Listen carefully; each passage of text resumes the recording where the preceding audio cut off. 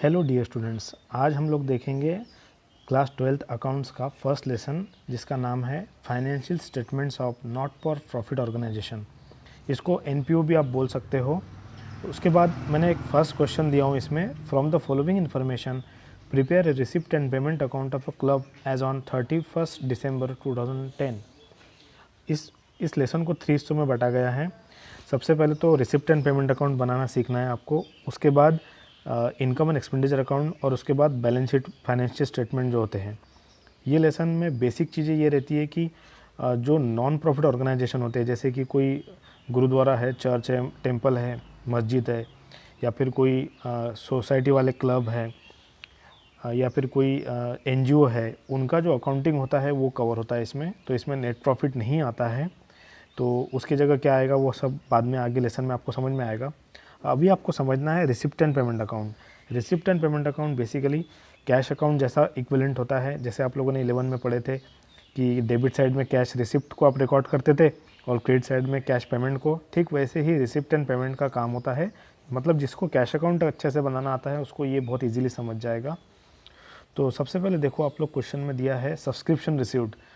तो जैसे कि नाम से ही पता चल रहा है ये हमको मिला है सब्सक्रिप्शन, तो ये डेबिट साइड में जाएगा रिसिप्ट एंड पेमेंट अकाउंट के। उसके बाद है सेल ऑफ ओल्ड फर्नीचर। तो ये सेल करने से क्या होगा कि जब फर्नीचर हम बेच देंगे पुराना तो उसकी भी रिसिप्ट मिलेगी, तो कंफर्म है कि ये भी डेबिट साइड में जाएगा। इंटरेस्ट ऑन सिक्योरिटीज़, अगर कहीं पे आपने इन्वेस्ट किया है उस पर कुछ इंटरेस्ट मिल रहा है तो वो भी आपके लिए इनकम है, डेबिट साइड में जाएगा। रेंट पेड क्रेडिट साइड में जाएगा, बिकॉज एक्सपेंस है, रेंट आपका एक्सपेंस होता है। रेंट अगर रिसीव्ड होता तो डेबिट साइड में जाता। पीटी एक्सपेंसेस ये भी पेमेंट साइड में जाएगा, क्रेडिट साइड में, क्योंकि छोटे मोटे खर्चे हैं। पेड आउटस्टैंडिंग क्रेडिटर्स, और यहाँ पे ध्यान देने वाली बात ये है कि पेमेंट हुआ है, अगर पेमेंट नहीं होता और सिर्फ आउटस्टैंडिंग लिखा होता तो उसकी एंट्री नहीं होती। एंटरटेनमेंट एक्सपेंसेस, कोई मनोरंजन के एक्सपेंसेस है, कोई प्रोग्राम आप करवा रहे हो उसमें जो खर्चा आ रहा है 1500। इसके बाद है received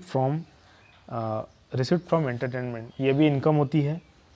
receipt from entertainment income है तो डेबिट साइड में जाएगा। एंट्रेंस फ़ी, एंट्रेंस यानी एंट्री की फ़ी है, जैसे कोई आ रहा है, प्रवेश ले रहा है इंस्टीट्यूट में, क्लब में, उसका जो इनकम होता है।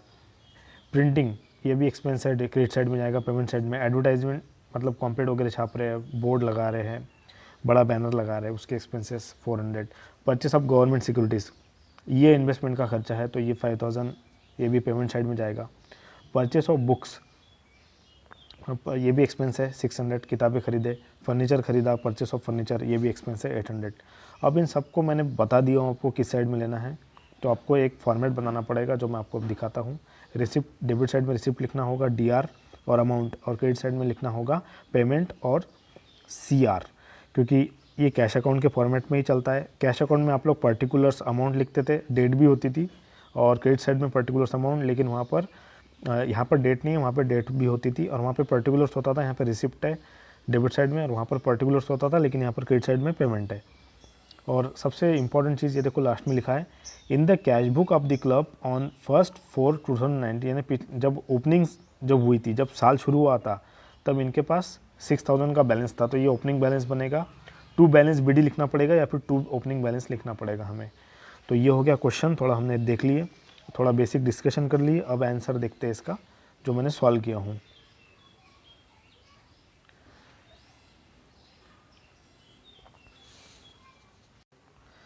अब आप लोग देखेंगे कि इसको सॉल्व कैसे करते हैं। सबसे पहले आपको टाइटल देना है receipt and payment account of a club. जो भी ऑर्गेनाइजेशन है उसका नाम, यहाँ पर कोई नाम नहीं दिया है इसलिए मैंने क्लब लिख दिया हूँ। For the year ended 31 December 2010, ऐसा लिखने के बाद आपको टाइटल लिखने के बाद आपको एक कॉलम बनाना है।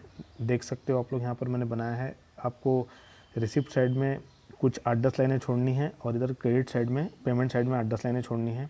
इस टाइप का आप दो हिस्सों में कॉलम बना लीजिए। पर्टिकुलर्स मत लिखना, डीआर लिखना है, डेबिट साइड है इसलिए, और क्रेडिट साइड में सीआर लिखना है। रिसिप्ट साइड में सबसे पहले to balance BD opening balance लिखना है, जिसको मैंने आपको क्वेश्चन में बताया था, सबसे नीचे लिखा हुआ था। टू बैलेंस बीडी लिखने के बाद आपको जितने भी रिसिप्ट वाले आइटम हैं सबसे पहले उनको मार्क कर लेना है पेंसिल से, और रिसिप्ट साइड में लिखते जाना है। फॉर एग्जांपल सबसे पहले है 5000 सब्सक्रिप्शन, उसके बाद है सेल ऑफ ओल्ड फर्नीचर। अब ये सब क्या है मैं पहले ही बता चुका हूँ आपको, interest on securities, entertainment fees और एंट्रेंस फीस, ये सब जितने भी आइटम्स हैं इनको आपको टोटल करना है और टोटल मिलेगा आपको, नीचे दिख रहा होगा 15,100, नीचे देखो, नीचे मिल जाएगा आपको। आप जब देखो, सबसे पहला रूल ये होता है लेजर बनाने का, ये एक तरह से लेजर ही है। जिस सेट का अमाउंट ज़्यादा होता है, जिस सेट का वज़न ज़्यादा होता है, जिस सेट की वैल्यू ज़्यादा होती है, उसको डबल लाइन में क्लोज करते हैं। इस प्रॉब्लम में पहले से ही मुझे पता चल गया कि भाई ये साइड ज़्यादा आ रही है, इसलिए मैंने यहाँ पे लिख दिया। अदरवाइज़ ये अगर आती ज़्यादा तो मुझे इस साइड में पहले लिखना होता, फिर अमाउंट को यहाँ पर लाना होता ऐसे, और बाद में यहाँ पर जो इन रिसिप्ट का बैलेंस है वो निकालने के बाद यहाँ पर टू बैलेंस बीडी निकालना होता। अब यहाँ पे टू बैलेंस बीडी अगर मैं निकाल देता तो वो ओवरड्राफ्ट बन जाता, जो कि एक क्या है, हमारे लिए लोन है। लेकिन यहाँ पर क्रेडिट बैलेंस आ रहा है, मतलब फेवरेबल बैलेंस आ रहा है।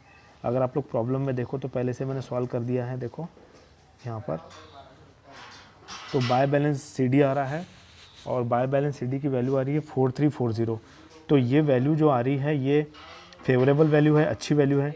इसका रीज़न ये है कि डेबिट साइड के जितने भी बैलेंसेस है ये रिसिप्ट के हैं और क्रेडिट साइड के बैलेंसेस पेमेंट के कम है।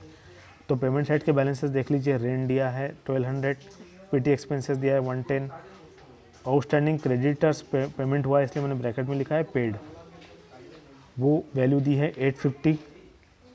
उसके बाद है entertainment expense 1500, printing 300, advertising expenses 400, purchase of government fees 5000। उसके बाद है परचेस ऑफ बुक्स 600, फर्नीचर 800। तो ये जितने भी वैल्यूज़ है इनको अगर आप टोटल करोगे तो उसका बैलेंस बनेगा 10,760। 10,760 को माइनस करना है आपको 15,100 में से, तो आपको वैल्यू मिल जाएगी फाइनल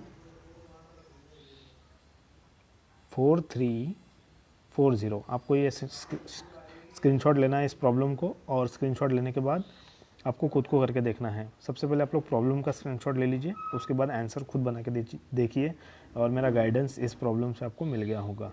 आई होप कि आपको ये समझ में गया है। Thank you.